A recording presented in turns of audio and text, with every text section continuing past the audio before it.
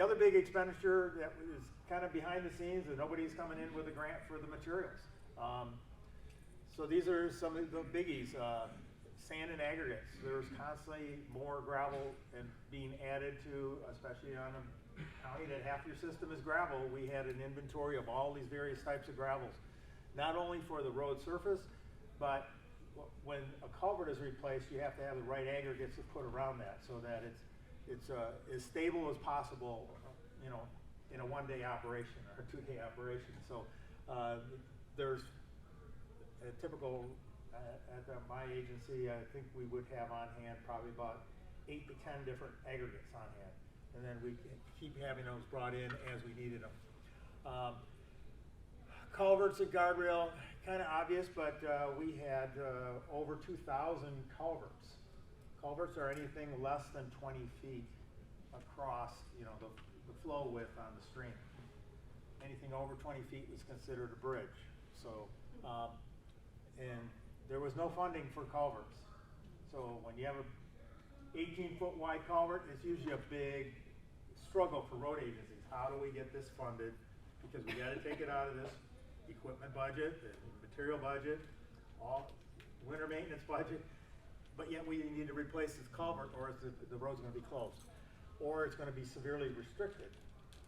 And then the school buses can't go those routes, and ag equipment can't cross it. So it's a real compounding problem in the rural area when you can't keep up with replacing those kind of materials. And the road, my experience with the road commission, we had a grade all, a piece of excavating equipment that could actually excavate out an old culvert and put a new culvert in. Most road agencies have those. So they're kind of a unique piece of equipment that can dig ditches, it can dig out for culverts, and those usually go out at the least opportune time. You know, right in the middle of winter and first spring melt, and you have culverts washed out, and you just got to do what you can to get the old one replaced and patch it up in the spring once the weather and things dry out. De-icing salt, another big ticket item.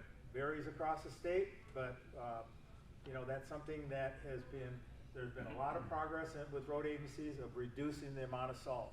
And how do they do that? Well, first of all, with a lot of advanced equipment, another expense on the road, salt trucks, you'll see the trucks with the chutes on the back in the winter, and they're directing the salt right down close to the pavement. They're to go, you know, relatively slow, so you know you can only go so slow on a freeway, you know, but that way the salt doesn't bounce off. They add brine, liquid brine to that salt, so it sticks to the road better, and it activates real quickly.